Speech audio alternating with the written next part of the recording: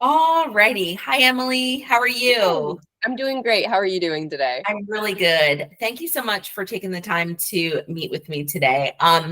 So we were chatting a little bit offline, and you started really telling me a lot of stuff that I wanted to capture. So Mhm. I'm going to just kind of step back just a little bit. So why don't you tell me a little bit about your current job as a case consultant and tell me what you do? Of course. So my current job as a case consultant, it involves a lot of compassion, it involves a lot of empathy, and it involves a lot of like the ability to take charge because you really are, these people are calling you for help. They're calling you because they are in a really, really tough spot. They don't know what else to do. They don't have a single other person to turn to. So they're calling me, you know what I mean? And I have to be that first line of defense. I have to be the person that says, absolutely, let's get you help. Absolutely, we cannot help you, but I can help you in this way. Like, let's get you other resources. So there's a lot of like, again, taking charge in the conversation and kind of swooping in and being that hero for the client.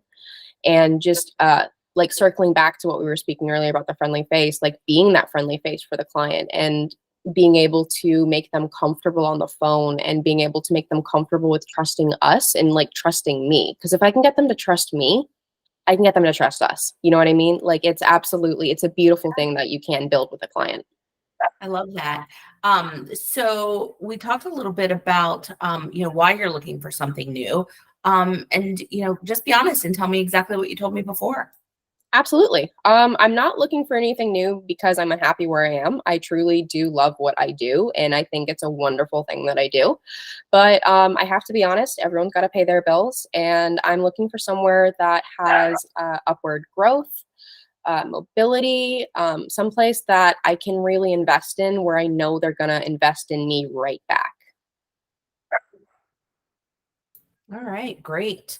And then tell me a little bit about when I was asking you, about some marketing and sales experience. That you basically were telling me how you market yourself and and you told me something that I took note of about something that you want each caller to have when you're talking to them. Do you remember what that was? Absolutely, absolutely. I'm a really big fan of these people are having an awful, awful day. If I can come in and make them smile even a little bit, if I can make them laugh even a little bit on the phone, I'm going to count that as a win because they're in a tough spot. They're having a rough time. And if I can help that, like relieve a little bit of that load mentally by giving them the help that they're looking for, but not only that, but being able to be a friend and being able to listen to them and offer them like the ability to smile and like prompting them for it. And it's just it's I when I can hear the client smiling on the phone, that's when I know I've won, and that's when I know that I'm really helping.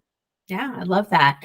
And then, let's talk a little bit about some of your past experience. I see that you do have your degree in cosmetology, Mhm. and it looks like you did that for a few years. And then you switched over to patient service coordinator. So tell me a little bit about why the change.